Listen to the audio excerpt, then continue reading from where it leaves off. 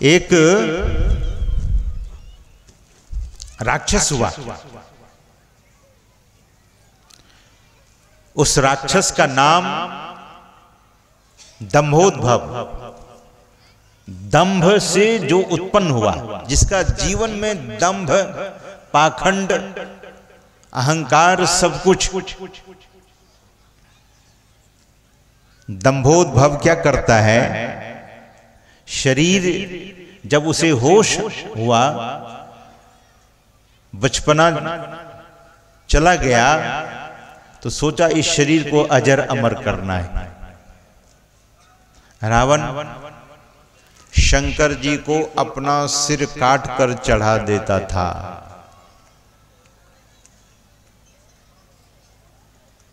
लोगों ने बड़ी कोशिश की,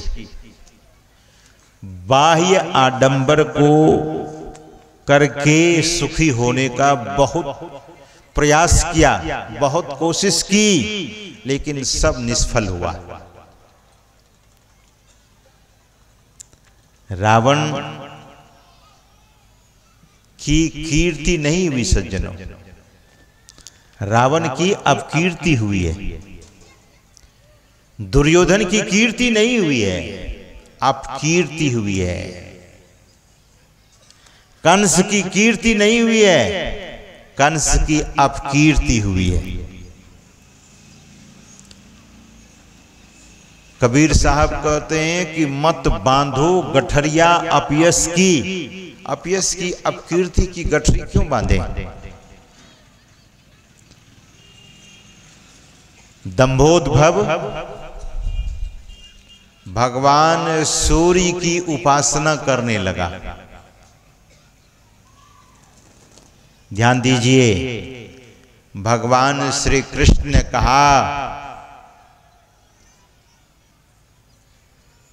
कि जो भी विभूति चीज संसार में है वह मेरा ही अंश है। सज्जनों, दंभोद्भव भगवान सूर्य की उपासना करने लगा और इतने लगन से तप किया कि भगवान सूर्य उनके सामने अंश रूप में प्रकट हो गए और उसे दंभोद्भव को तप से उठाते हुए भगवान सूर्य ने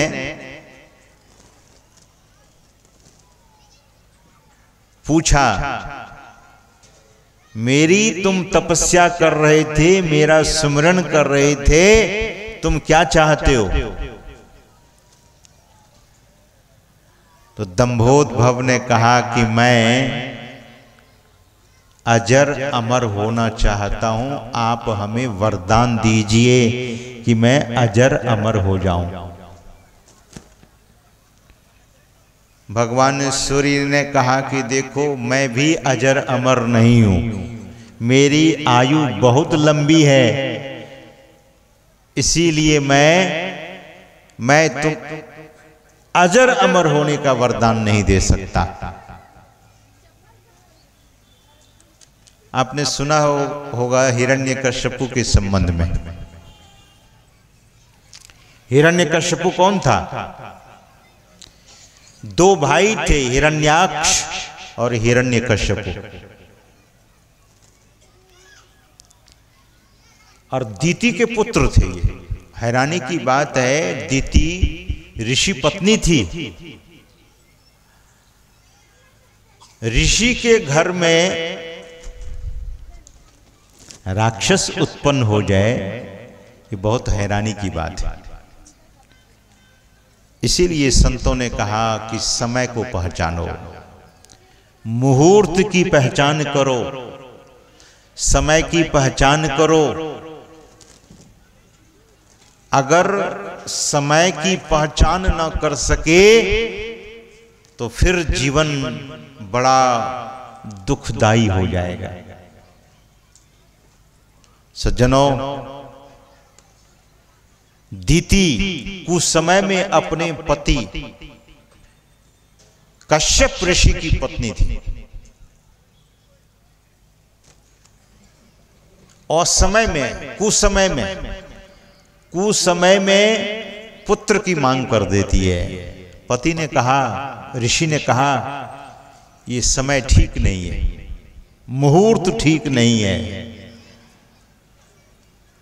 आजकल लोग क्यों परेशान हैं? समय की पहचान नहीं है। घोड़े गधे कुत्ते की तरह जीवन हो जाइए, इसमें कौन सी बड़ी बात है? ये जो एजुकेशन है, जो शिक्षा है, किस लिए?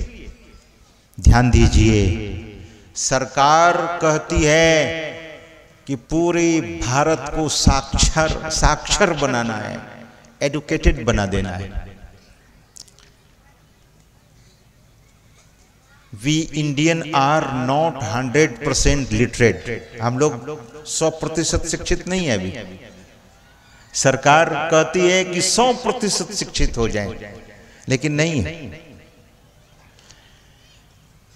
इसीलिए हम लोग सरकार में बैठे हुए लोगों से निवेदन करते रहते हैं कि शिक्षा, भौतिक शिक्षा पर बहुत जोर है, लेकिन भौतिक शिक्षा के साथ साथ आध्यात्मिक शिक्षा भी देश के लोगों को दिया जाए। सज्जनों, सत्संग क्या है? सत्संग में आध्यात्मिक शिक्षा। आध्यात्मिक क्या है? अध्यात्म क्या है? ध्यान से सुनिए, अधिआत्म, to know your self, this is the अध्यात्म, दिस इज द स्पिरिचुअल। अध्यात्म शिक्षा की कमी की वजह से दीति नारी थी, लेकिन समय का पहचान नहीं हुआ तो गर्भ से 2 राक्षसों को जन्म देती है। बड़ा भाई कौन? हिरण्याक्ष, और छोटा भाई हिरण्यकश्यपु। हम आप कभी कभी देखते हैं, फलाना बाबू बहुत सज्जन, बहुत अनुशासित, लेकिन पुत्र बड़ा उदंड हो गया। वजह क्या है? वजह यही है कि समय की पहचान नहीं कर सके। इसलिए संत लोग कहते हैं कि परमात्मा से मांगिए तो मांगने के साथ साथ बंधन में मत चले जाइए। भगवान सूर्य को देवता है, सूर्य देवता है, चंद्रमा देवता है, अश्विनी कुमार देवता है, वरुण देवता है, अग्नि देवता है। तो सूर्य भगवान से दंभोद्भव जो राक्षस था मांगता क्या है कि मुझे अजर अमर बना दीजिए। और यही बात ब्रह्मा जी से हिरण्यकश्यपु मांगा था, मुझे कोई ना मार सके, यह वरदान दीजिए। ब्रह्मा जी ने कहा कि नहीं, ये वरदान मैं नहीं दे सकता। तो हिरण्यकश्यपु ने कहा कि मैं दिन में न मरूं और रात में भी न मरूं, ऐसा तो आप बोल सकते हैं, ये वरदान तो दे सकते हैं। ब्रह्मा जी ने कहा कि हाँ, ये वरदान मैं दे सकता हूं कि दिन में आप नहीं मरेंगे, रात में भी नहीं मरेंगे। हिरण्यकश्यपु बड़ा खुश हो गया कि दिन में न मौत होगी न रात में होगी। ब्रह्मा जी ने कहा कि तथास्तु। हिरण्यकश्यपु ने कहा, मांगा, न अस्त्र से मरूं न शस्त्र से मरूं। ब्रह्मा जी ने कहा कि तथास्तु। फिर हिरण्यकश्यपु कहता है, ना मुझे नर मारे न पशु मार सके, बोले तथास्तु। हिरण्यकश्यपु कहने लगे, वरदान तो आपसे मैं यही मांग रहा था कि मैं मरूं नहीं, लेकिन आप घुमा कर दे दिया। नाक सीधा पकड़ने के लिए कह रहा था, आपने टेढ़ा पकड़वा दिया। क्या मतलब? हिरण्यकश्यपु क्या मतलब? हिरण्यकश्यपु ने कहा कि मुझे अमरता का वरदान प्राप्त हो गया। ब्रह्मा जी ने कहा कि नहीं, अमरता का वरदान मैंने दिया ही नहीं। नहीं मरोगे दिन में, नहीं मरोगे रात में, लेकिन सुबह शाम तो छूट गया तुमसे। सुबह में तो नहीं कहा कि सुबह में नहीं मरूंगा, शाम में नहीं मरूंगा है। अब इससे आगे कोई वरदान में नहीं दे सकता। हिरण्यकश्यपु डर गया। कोई नहीं, सुबह शाम को देख लेंगे। आप जानते हैं प्रसंग को, आपने सुना होगा। नरसिंह भगवान आए,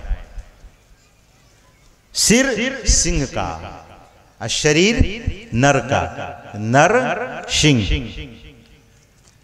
खंभे को तोड़ते हुए प्रहलाद को जब बहुत दुख दिया,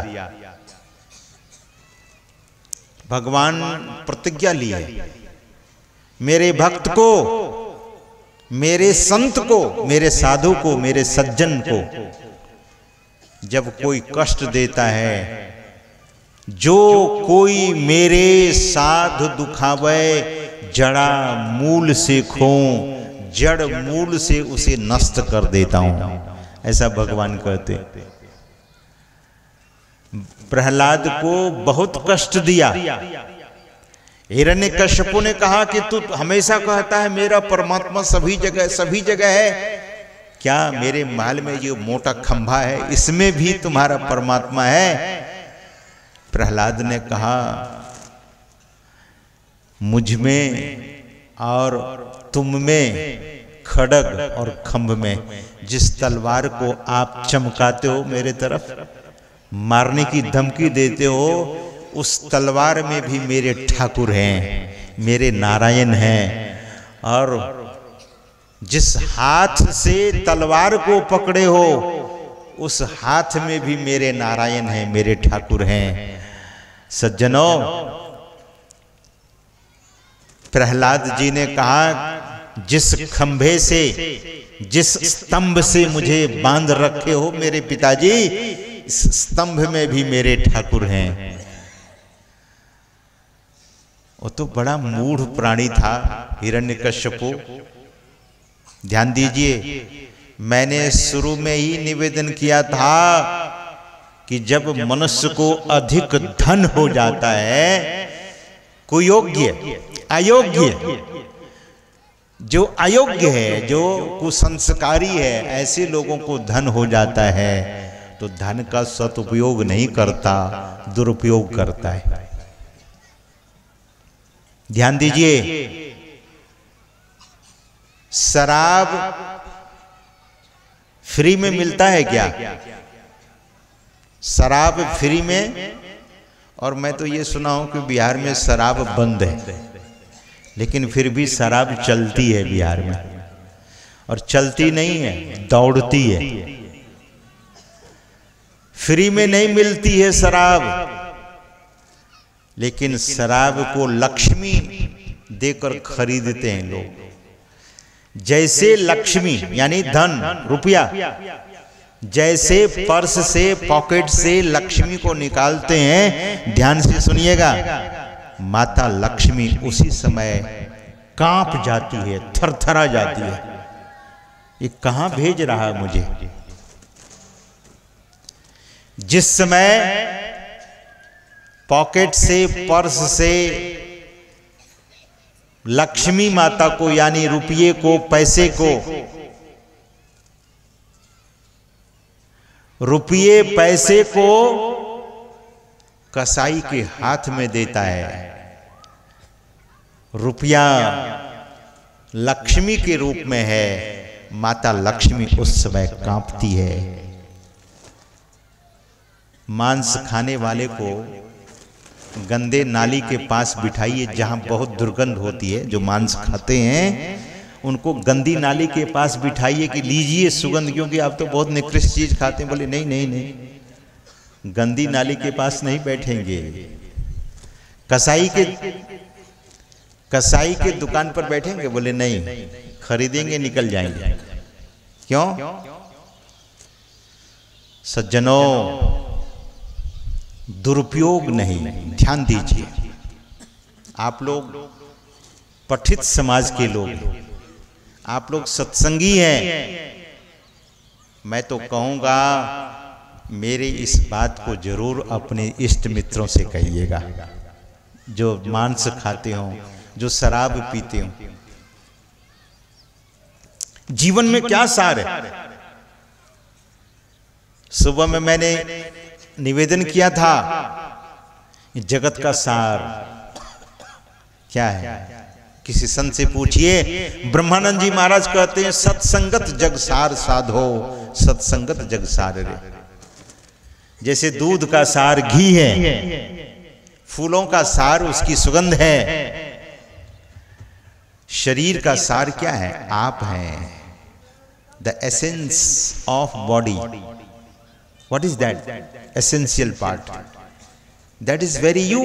आप हैं, आप आत्मा है। तो जो सत्संग करते हैं, सत्संग भाई बंधु गुरुजन माता बहनें सत्संग करते हैं, करती हैं, तो समाज में शांति की स्थापना होगी, स्वयं सुखी और दूसरे को भी सुखी करेंगे। हिरण्यकश्यपु के घर में भक्त आए, भक्त। हिरण्यकश्यपु के घर में भक्त का जन्म हुआ, प्रहलाद। सज्जनों, संस्कार हम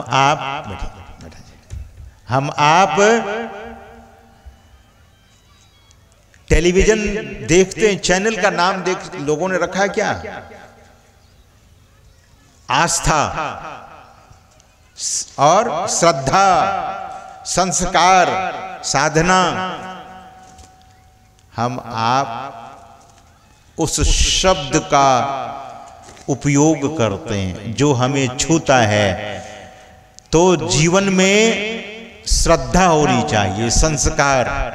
और ये संस्कार दरअसल में सत्संग में प्राप्त होता है, गुरुजनों से प्राप्त होता है, पूज्य जनों से प्राप्त होता है। संस्कार बाजार में नहीं खरीद सकते। You can not bye such A valuable things in the market. बाजार में नहीं खरीद सकते। इसीलिए इस सत्संग को मेला भी कहा गया, सत्संग मेला। इसमें लोग संस्कार खरीदते हैं, इसमें लोग पुण्य खरीदते हैं। और खरीदने के लिए क्या चाहिए? आपकी श्रद्धा ही आपकी पूंजी है। तो सज्जनों, हिरण्यकश्यपु खंभे में प्रहार करता है, प्रहलाद से कहता है इस खंभे में भी है। और जब उसने कहा कि खड्ग और खंभ में, तो हिरण्यकश्यपु की तलवार चल पड़ती है खंभे पर, जोर से प्रहार करता है।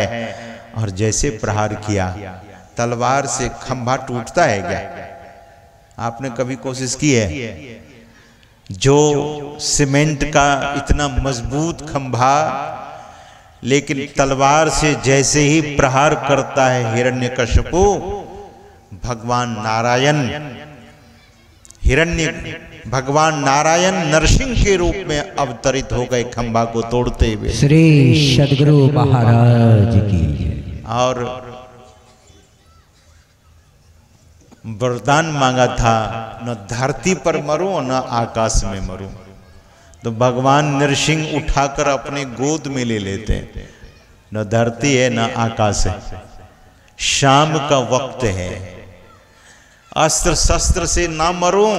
तो भगवान के हाथ में इतने बड़े बड़े नाखून थे, उनके पेट को फाड़ देता है भगवान। बचने की कोशिश बहुत की गई, लेकिन जो सज्जन लोग हैं, जो विद्वज्जन हैं, जो समझदार लोग हैं, जो इंटेलेक्चुअल हैं, ऐसे लोग संत कबीर साहब की वाणी में आस्था रखते हैं। आए हैं सो जाएंगे, राजा रंग फकीर सभी जाएंगे।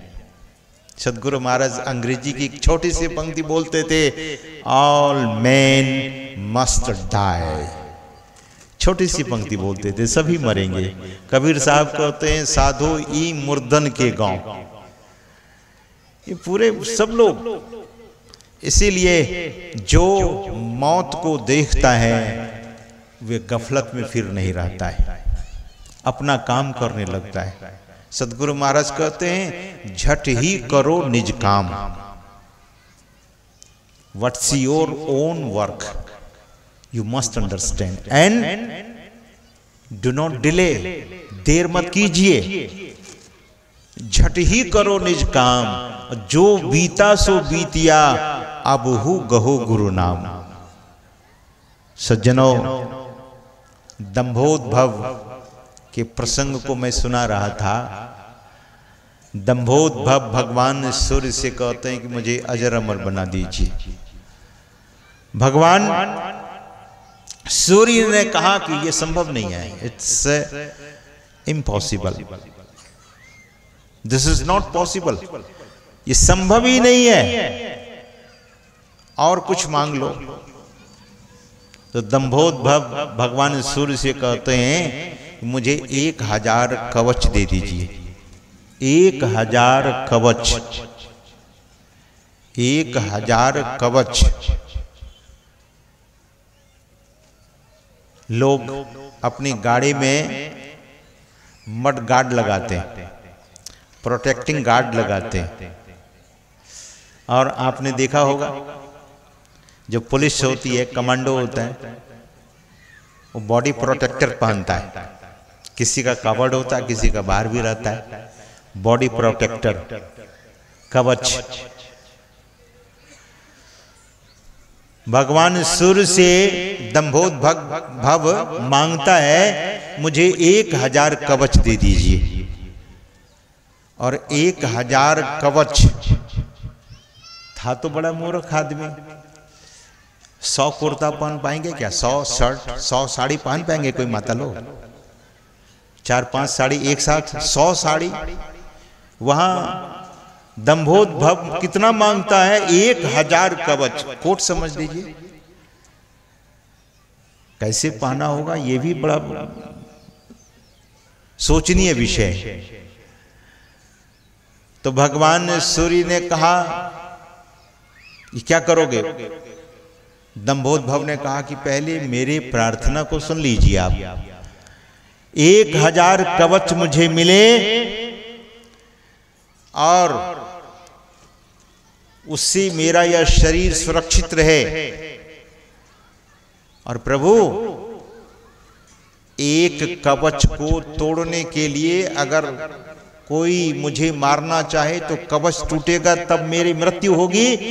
एक कवच को तोड़ने के लिए कोई 1000 वर्ष तपस्या करेगा। 1000 वर्ष तपस्या करेगा और उसके बाद बाण चलावेगा तो मेरा एक कवच टूटेगा, और जो मेरे कवच को तोड़ेगा उसकी मृत्यु उसी समय हो जाए। कोई चाह करके भी नहीं तोड़ पाएगा। सज्जनों, इतना मैथमेटिशियन था वो, बहुत हैरानी की बात। भगवान सूर्य ने कहा कि चलो तथास्तु, ऐसा ही हो। और दंभोद्भव और दंभ हो गया, उस जीवन में और पाखंड आ गया, दुष्टता आ गई और सज्जन लोगों को परेशान करने लगा, देवी देवताओं को परेशान करने लगा। अब जहां जाए मरने का डर तो समाप्त हो गया, सबको परेशान करने लगा। ध्यान दीजिए, बल प्राप्त हो गया कि मरूंगा नहीं, जल्दी मरूंगा लेकिन जल्दी नहीं कोई मार पाएगा। तो सबको परेशान कर दिया। यही असुर वृत्ति है। धन हो जाए तो लोगों को परेशान, बल हो जाए तो वो परेशान, ऊंचे पद पर चले गए तब परेशान। यह नहीं, ये सज्जनों का काम नहीं है, ये दुर्जनों का काम है। समाज में सभी सज्जन हो जाएंगे। सदगुरु महाराज कहते थे कि समाज में सारे के सारे लोग सज्जन हो जाएंगे तो पुलिस किसको क्या करेगी? सारे के सारे लोग सज्जन हो जाएंगे। कभी किसी को कोई ठगेगा नहीं, बेईमानी करेगा नहीं, धोखाधड़ी करेगा नहीं। तो सदगुरु महाराज कहते थे कि स्वराज्य में सुराज्य की प्राप्ति हो जाएगी। दंभोद्भव तो सबको परेशान करने लगा। सारे देवी देवता भगवान नारायण के पास गए और भगवान नारायण ने कहा कि मैं आता हूं। दक्ष प्रजापति की पुत्री थी, मूर्ति नाम था उनका। देवी मूर्ति सती उन्हीं की बेटी थी, अकुति उन्हीं की बेटी थी। 9 कन्या थी दक्ष प्रजापति की, छोटी कन्या थी मूर्ति। मूर्ति तपस्या कर रही थी क्योंकि सब परेशान हो गए थे। मूर्ति के गर्भ से भगवान नर और नारायण का अवतार हुआ। भगवान नर नारायण के रूप में अवतरित हुए। और सज्जनों, नर नारायण बढ़ने लगे। जब किशोरा अवस्था में आए तो भगवान अवतरित हुए हैं। कहीं न कहीं कुछ न कुछ चमत्कार तो होता ही था। दंभोद्भव को जब पता लगा तो दंभोद्भव आ गया लड़ने के लिए नर और नारायण से। सामने नर थे, नर ऋषि, उन्हीं से लड़ बैठे। लड़े तो नर ऋषि पहले तो कुछ नहीं कहा, लेकिन जबरदस्ती लड़ना प्रारंभ किया, सताना शुरू कर दिया। तब नर ऋषि अपने धनुष बाण लेकर उस दंभोद्भव राक्षस के ऊपर प्रहार किया, बाण चला दिया। और जैसे ही बाण चलाता है, नर ऋषि ने चलाया, दंभोद्भव का एक कवच टूटा। इधर एक कवच टूटता है और उधर नर ऋषि की मृत्यु हो जाती है। नर ऋषि की मृत्यु हुई। भगवान नारायण ने देखा कि अरे मेरा भाई तो मर गए।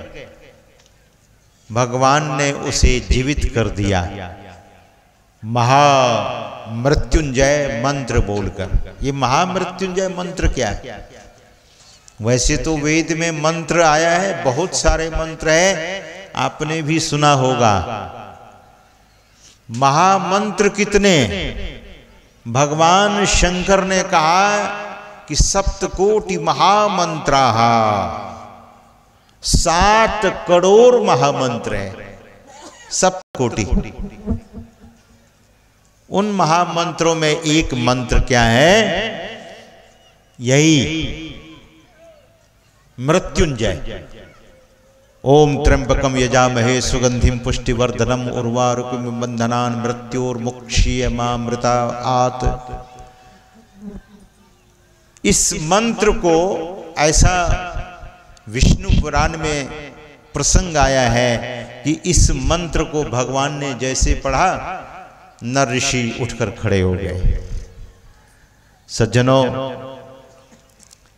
इस मंत्र को आज भी लोग पढ़ते हैं। कहाँ मरा हुआ आदमी जिंदा होता है? दरअसल में मंत्र की सिद्धि की जाती है। भगवान शंकर कहते हैं एकैव महामंत्रो गुरुरित्यक्षरद्वयम्। एक और महामंत्र है, महामंत्रों के भी एक महामंत्र है, वह गुरु मंत्र है। ऐसा भगवान शंकर कहते हैं माता पार्वती से। गुरु मंत्र यही मृत्युंजय मंत्र है। तो सज्जनों, भगवान जिलाते हैं और भगवान ध्यान करके देख लेते हैं कि यह राक्षस ऐसे नहीं मरेगा, तो कैसे मारा जाए? इनके लिए तपस्या करनी पड़ेगी। तो तपस्या कहाँ की जाए? तो भगवान श्री नारायण और नर ऋषि दोनों चले गए बद्री धाम। आप बद्री धाम कभी गए होंगे, जो हरिद्वार और ऋषिकेश से आगे है पर्वत, हिमालय पर्वत। एक पर्वत का नाम है नर और दूसरे पर्वत का नाम है नारायण। नर पर्वत पर नर ऋषि बैठे और नारायण पर्वत पर भगवान श्री नारायण बैठे। क्यों? कि एक कवच को तोड़ने के लिए 1000 वर्ष की तपस्या करनी होगी। सज्जनों, कुछ जगह ऐसी है, जैसे पुण्य क्षेत्र में पुण्य क्षेत्रे कृतम पापम पुण्य क्षेत्रे कृतम पुण्यम, पुण्य क्षेत्र में किया गया पाप पुण्य क्षेत्र में किया गया पुण्य मल्टीपल गुना बढ़ता है, हजारों गुना बढ़ता है। तो नर ऋषि नर पर्वत पर बैठे, भगवान श्री नारायण नारायण पर्वत पर बैठे। एक दिन कोई वहां ध्यान करे तो 1000 दिन का फल उसे मिलता है, नहीं तो बहुत समय लग जाता दंभोद्भव को मारने के लिए। इसीलिए हरिद्वार में लोग दान ज्यादा करते हैं। यहां हम लोगों ने देखा, पंजाब में जब कार्यक्रम होता है तो वहां के लोगों को चंदा करना नहीं पड़ता है।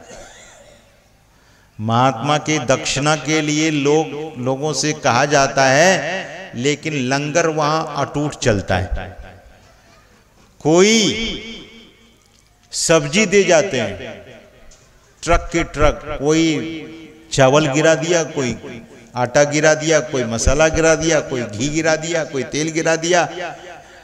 हमने एक बार पूछा कि पूछो कौन है ये जो भोजन ये सामग्री लेकर आया। ट्रक के जो ड्राइवर थे और उस पर हेल्पर लोग थे जो सामान उतार रहे थे, उसने कहा कि महाराज, हमें मालिक ने बताया है कि अगर तुम्हारा नाम पूछे ना, बताना मत, ना मेरा नाम बताना ना अपना नाम बताना, बोल देना कि ठाकुर की मर्जी हुई, भगवान की सदगुरु की मर्जी हुई, गुरु का आदेश हुआ इसीलिए हम ले आए यहाँ। श्री सदगुरु महाराज। लंगर की कमी नहीं होती वहां पर देने का। तो पुण्य क्षेत्र में हरिद्वार में लोग बड़े दान करने आते, ये पुण्य क्षेत्र है। तो बद्री धाम में एक दिन भगवान ध्यान करते थे उस पर्वत पर, और दूसरे दिन नरऋषि करते थे, और एक एक बाण चलाकर उस राक्षस के सारे कवचों को तोड़ दिया। मात्र एक कवच रह गया, 999 कवच टूट गए। और दंभोद्भव ने देखा कि अब तो मैं मारा जाऊंगा। दंभोद्भव भाग करके सूर्य में जाकर छिप गया, और जैसे ही सूर्य में जाकर छिपा, भगवान श्री नारायण वहां पहुंचे और भगवान सूर्य से कहा, ये राक्षस को बाहर करो। भगवान सूर्य ने कहा कि ये तो शरणापन्न हो गया। भगवान लौट गए कालांतर से। आपने कथा सुनी होगी, वह प्रसंग महाभारत का आपने सुना होगा। सज्जनों, दुर्वासा ऋषि की सेवा माता कुंती ने बहुत की थी जब वो कौमारी अवस्था में थी। ऋषि की सेवा बहुत की दुर्वासा ऋषि की। ऋषि जब जाने लगे तो दुर्वासा ऋषि ने कुंती माता से कहा कि बेटी तूने बड़ी सेवा की है, कुछ मांग लो। माता कुंती ने कहा, हे ऋषिवर, हे गुरुदेव, मैं तो अभी कुमारी अवस्था में हूं, मुझे किसी भी चीजों की जरूरत नहीं है। मैं तो राजकन्या हूं, किसी भी चीज की जरूरत नहीं है। इसीलिए मैं अपनी सेवा बेचना भी नहीं चाहती। सेवा करके कुछ मांग लेना यह तो व्यापार हो गया, इसीलिए मैं कुछ आपसे नहीं मांगती हूँ। दुर्वासा ऋषि ने कहा कि बेटी, मैं तुझे एक मंत्र बताकर जा रहा हूँ। उस मंत्र से जिस किसी देवता को, देवी को बुलाओगे वो आ जाएंगे और मनोवांछित फल तुझे देंगे। तो कुंती को वह मंत्र दुर्वासा ऋषि बताकर चले गए और कुंती माता कौतूहलवश कि मंत्र सही है, इसका प्रभाव देख लेती हूँ, इस मंत्र की महिमा को मैं देख लेती हूँ। तो भगवान सूर्य का उदय हो रहा था। उसी समय कुंती माता सूर्य का आवाहन कर देती है मंत्र पढ़कर। भगवान सूर्य अंश रूप में आ गए और माता कुंती से कहा कि क्यों मुझे याद किया। तो माता कुंती ने सारी बात बता दी कि मेरे गुरुदेव इस मंत्र को देकर गए थे, मैं केवल परीक्षा हेतु आपका आवाहन किया था, मेरा कोई प्रयोजन नहीं है। भगवान सूर्य ने कहा कि देवता आते हैं तो कुछ देते हैं, लो तुझे मैं एक पुत्र दे रहा हूं। कुंती ने कहा कि मैं तो अभी कुमारी हूं, मैं तो कुमारी हूं, अभी पुत्र लेकर मेरी अपकीर्ति हो जाएगी। भगवान सूर्य ने कहा कि अब तो इसे मैं निकाल दिया अपने अंश में से, वही कवच कुंडल पहने हुए पुत्र कुंती की गोद में देकर भगवान सूर्य अंतर्धान हो जाते हैं। और कुंती लोक लाज के कारण, अभी तो मैं कुमारी हूं, राजकन्या थी, एक पेटी में उस पुत्र को, उस बच्चे को बंद कर नदी में बहा देती है। आगे जाकर अधिरथ नाम का एक कैवर्त था जो नाव नदी में खेवता था। उस पेटी को जब देखा, अति सुंदर कीमती पेटी को लेकर घर गया और जैसे खोलता है तो देखता है कि सूर्य के जैसे चमकता हुआ यह एक सुंदर बालक अपनी पत्नी को देता है और कहता है कि हम तो निसंतान थे, अब इसका परिपालन करो। भगवान की कृपा हो गई।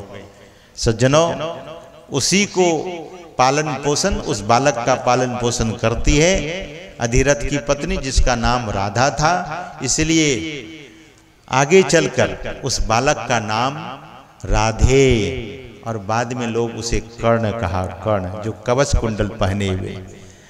कर्ण दुर्योधन के पक्ष में चला गया, दुर्योधन अधर्म के पक्ष में था।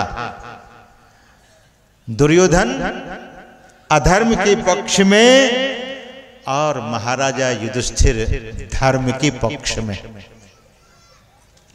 धर्म अधर्म की लड़ाई हमेशा, भगवान श्री राम के समय में भी धर्म अधर्म की लड़ाई, भगवान श्री कृष्ण के समय में भी धर्म और अधर्म की लड़ाई, कलयुग में भी हम सबों के बीच में सुमति कुमति सबके भीतर है। सुमति कुमति सबके उड़ रही, सबके भीतर में धर्म और अधर्म है। सज्जनों, भगवान श्री कृष्ण ने बहुत समझाया कर्ण को कि तुम कुंती पुत्र हो, तुम पांडवों के भाई हो, तुम धर्म के पक्ष में आ जाओ।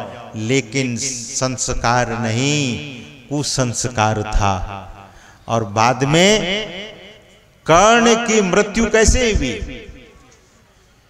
इंद्र के अंश से अर्जुन का जन्म हुआ था, तो इंद्र ब्राह्मण का छद्म वेश बनाकर कर्ण का कवच और कुंडल मांग लेता है।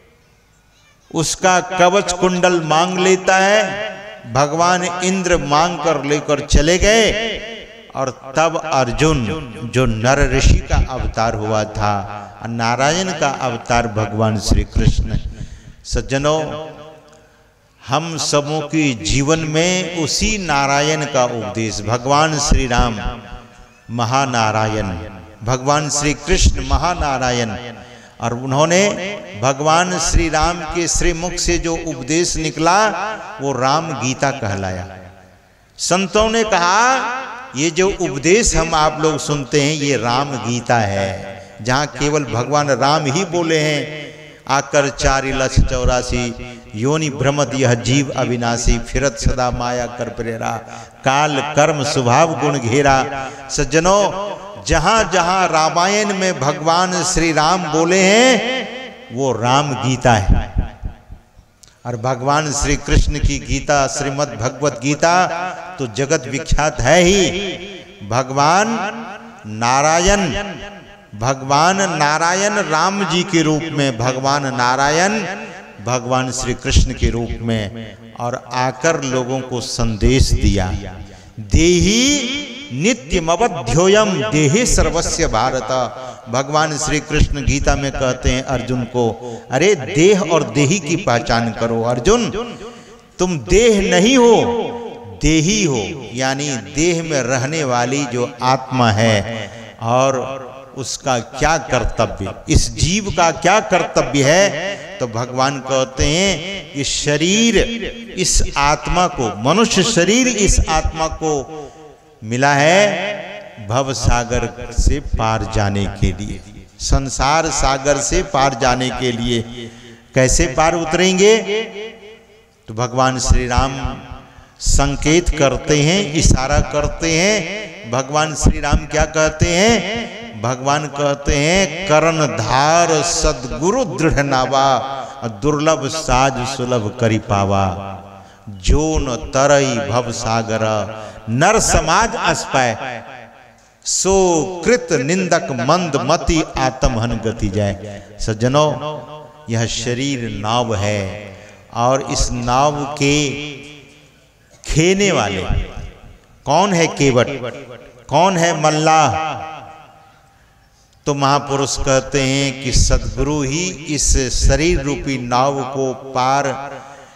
को खेने वाले हैं, संसार सागर से पार उतारने वाले हैं।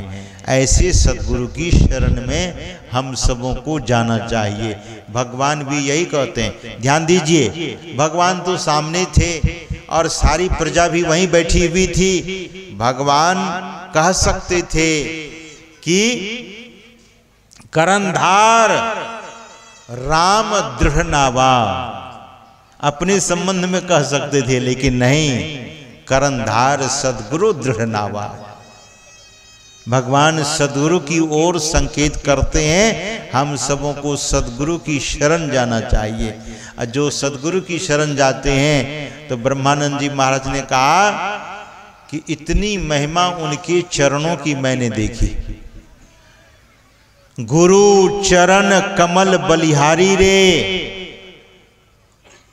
और वे कहते हैं कि भवसागर में नीर अपारा, डूब रहा नहीं मिले किनारा, गुरु पल में लिया उबारी रे, और गुरु चरण कमल बलिहारी रे। सज्जनों, यह जो जीवन है दरअसल में इस भव सागर में पड़ा हुआ है, और कोई हमें पल में उबारने की शक्ति रखते हैं तो वे मात्र एक संत सदगुरु हैं। That is why Swami Vivekananda is fully surrendered. He has surrendered completely in the lotus feet of Sri Ramakrishna Paramhansa. Shri Ramakrishna Paramhansa Dev के चरणों में संपूर्ण जीवन को समर्पित कर दिया। स्वामी विवेकानंद जी महाराज, मैं अक्सर कहा करता हूं, ध्यान से सुनिएगा और बात ध्यान देने योग्य है। विवेकानंद जी महाराज के बहुत सहपाठी थे ना, बहुत सारे सहपाठी थे। उनके साथ जो साथी लोग थे जो ग्रेजुएट किए होंगे, ग्रेजुएशन किए होंगे, उनके साथी का नाम कोई नहीं जानते हैं। और विवेकानंद, स्वामी विवेकानंद जी के नाम के बारे में जब आप अमेरिका जाएंगे और पूछेंगे डू यू नो, तो स्वामी विवेकानंदा फ्रॉम इंडिया, तो अमेरिकन लोग कहते हैं yes we know the Swami Vivekananda who was the disciple of Shri Ramakrishna Paramhansa. We know, हम लोग जानते हैं स्वामी विवेकानंद के संबंध में। सज्जनों, गुरु केवल मुक्ति नहीं देते हैं, भगवान शंकर कहते हैं भुक्ति मुक्ति प्रदाता च तस्मै श्री गुरुवे नमः। भगवान शंकर कहते हैं कि गुरु केवल मुक्ति ही नहीं देते, not only he gives the liberation of his disciple, he gives the everything. भुक्ति मतलब एवरीथिंग, भोग के सारे पदार्थ है, लेकिन भक्त भोग मांगते नहीं है। लेकिन सद्गुरु भुक्ति और मुक्ति यानी जरूरत की जो भी चीजें हैं, सद्गुरु का चरण ऐसा है। इसीलिए चरणदास जी महाराज हुए राजस्थान में, वे कहते हैं कल्प वृक्ष गुरुदेव मनोरथ सब सरे। गुरुदेव तो कल्प वृक्ष के समान है। जैसे कल्प वृक्ष के समक्ष जो लोग कल्पना करते हैं सो मिलता है, लेकिन सद्गुरु के चरण भी कल्प वृक्ष के जैसे तो है, लेकिन सद्गुरु का जो चरण है वहाँ केवल पॉजिटिविटी है, वहाँ केवल सकारात्मक बातें हैं। और दुनिया में जो स्वर्ग में कल्प वृक्ष है और दुनिया में पहले कल्प वृक्ष होता था, उस कल्प वृक्ष पर, कल्प वृक्ष के नीचे जाने से वहाँ नेगेटिव और पॉजिटिव दोनों तरह का फल मिलता था। जो लोग नेगेटिव सोचते थे उसको नेगेटिव मिलता था, और जो पॉजिटिव सोचते थे उसको पॉजिटिव मिलता था। स्वर्ग में भी कल्प वृक्ष के बारे में शास्त्रों में वर्णन आया है। सज्जनों, स्वर्ग में अगर उस वृक्ष के नीचे कोई पॉजिटिव सोचता है उसके जीवन में पॉजिटिव होता है, जो नेगेटिव सोचता है वहाँ उनका जीवन नेगेटिव में हो जाता है, नेगेटिविटी उनके जीवन में हो जाती है। सज्जनों, सद्गुरु का चरण ऐसा नहीं है, इसीलिए उस चरण की बहुत बलिहारी। वे ब्रह्मानंद जी महाराज कहते हैं कि गुरु चरण कमल बलिहारी रे, मेरे मन की दुविधा सब टारी रे। लोगों के भीतर में बहुत दुविधा है, confusion, lot of confusion. Arjun को भी कंफ्यूजन हो गया, अर्जुन भी विषादग्रस्त हो गया, और अर्जुन अपने से स्वीकार करता है। अर्जुन कहता है कार्पण्य दोषो पहत स्वभाव पृच्छामि त्वाम धर्म सम्मूढ़ चेता यश्रेयस्यान् निश्चितम ब्रूहि तन्मे शिष्यस्तेहं साधि माम प्रपन्नम। भगवान श्री कृष्ण क्या कहते हैं, असोच्यानन वसोचस्त्वम प्रज्ञावादांश भाषसे गतासून कथासूंस नानु सोचन्ति पंडिताः। भगवान श्री कृष्ण कहते हैं कि अर्जुन नत्वैवाहं जातु नासम नत्वम नेमे जनाधिपाः तस्मात् परिहार्यर्थे नत्वम सोचितुम अर्हसि। भगवान कहते हैं कि अर्जुन तुम संशय मत करो। ये संशय क्या है? दुनिया के लोगों को संशय बहुत है, दुनिया दुविधा में पड़ी हुई है। दुविधा कहाँ नहीं है, दुविधा किस जगह नहीं है? ब्रह्मानंद जी महाराज कहते हैं कि गुरु के चरण में, सदगुरु के चरण में दुविधा नहीं है, संशय नहीं है, वहां कोई कंफ्यूजन नहीं है। इसीलिए मैं ऐसे चरण की बलिहारी गाता हूं, ऐसे चरण की महिमा को गाता हूं। The glorification of the lotus feet of सदगुरु महाराज। तो सदगुरु के चरणों में कहीं कंफ्यूजन नहीं है। तो भगवान कहते हैं अपने जीवन को सच्चे सदगुरु के हाथों में, अपने जीवन के बागडोर को सच्चे सदगुरु के हाथों में देना चाहिए। वैसे गुरुवा तो बहुत तक फिरे, अज्ञान ध्यान सुधि नहीं। आजकल गुरु होने का भी दावा लोग बहुत करते हैं। और सज्जनों, लोग इतना सस्ता धर्म को बना दिया है, अध्यात्म को बना दिया है। लोग कहते हैं भाई आप कुछ भी खाओ पियो, मांस खाओ, मछली खाओ, अंडा खाओ, शराब पियो, उससे हमें कोई मतलब नहीं। मंत्र ले लो और मंत्र लेकर के जाप करो, आपको भगवान की प्राप्ति हो जाएगी। तब इतने बड़े बड़े ऋषि हिमालय की गुफाओं में, कंदराओं में इतने बड़े बड़े साधु महात्मा तपस्या किया, सात्विक जीवन, अपने जीवन को सात्विक बनाया, तो व्यर्थ हो गया ना। इसीलिए संत लोग कहते हैं गुरु ऐसे वैसे नहीं, गुरु तो सच्चे और पक्के होने चाहिए। गुरु सच्चा होगा और गुरु पक्का होगा तो शिष्य भी सच्चे होंगे और शिष्य भी पक्के होंगे। और नहीं तो ऐसे मन को केवल दिलासा देने के लिए, मन को ढाढ़स देने के लिए मन तो हमेशा सुविधा ढूंढता है। ऐसे दिलासा देकर काम चलने वाला नहीं है। नकली नोट नहीं चलता है। धोखे से एक दो जगह तक जाते जाते नकली नोट का पर्दाफाश हो जाता है। उसी तरह से नकली गुरु का पर्दाफाश होता है। नकली गुरु पता नहीं जेल के सलाखे में भी चले जाते हैं। इसीलिए सच्चे और पक्के गुरु की शरण लेना चाहिए, और ऐसी गुरु की शरण लेने से हम आपके जीवन में निश्चितता हो जाएगी, हम आप निश्चिंत हो जाते हैं। तो सज्जनों, सदगुरु के संबंध में कल हम आप भरपूर सुनेंगे। इसी वचनों के साथ मैं अपनी वाणी को यहीं पर विराम देना चाहूँगा, और मंच पर हमारे राजकुमार जी बैठे हैं, उनसे एक भजन सुनने के बाद, और मंच संचालक महोदय हमारे विद्वान मूर्ति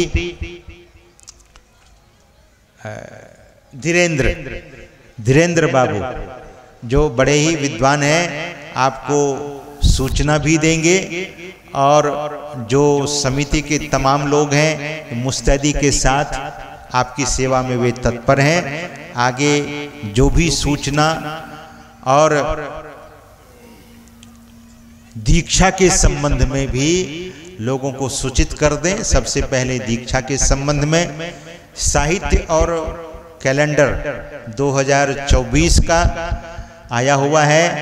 आप उस कैलेंडर को लेकर और अपने धन को सार्थक कर सकते हैं। घर में हीरो हीरोइन का फोटो लगाने से पुण्य की प्राप्ति नहीं होती है। घर में साधु महात्मा का फोटो लगाएंगे तो दर्शन होगा, तो एक बार मन अवश्य पवित्र होगा और पुण्य की प्राप्ति होगी। तो कैलेंडर और साहित्य बहुत छोटा है, जो बहुत सारा साहित्य आउट ऑफ प्रिंट हो गया है। अगले साल कोशिश की जाएगी कि आप तक विशेष से विशेष भरपूर साहित्य पहुंचाया जाए।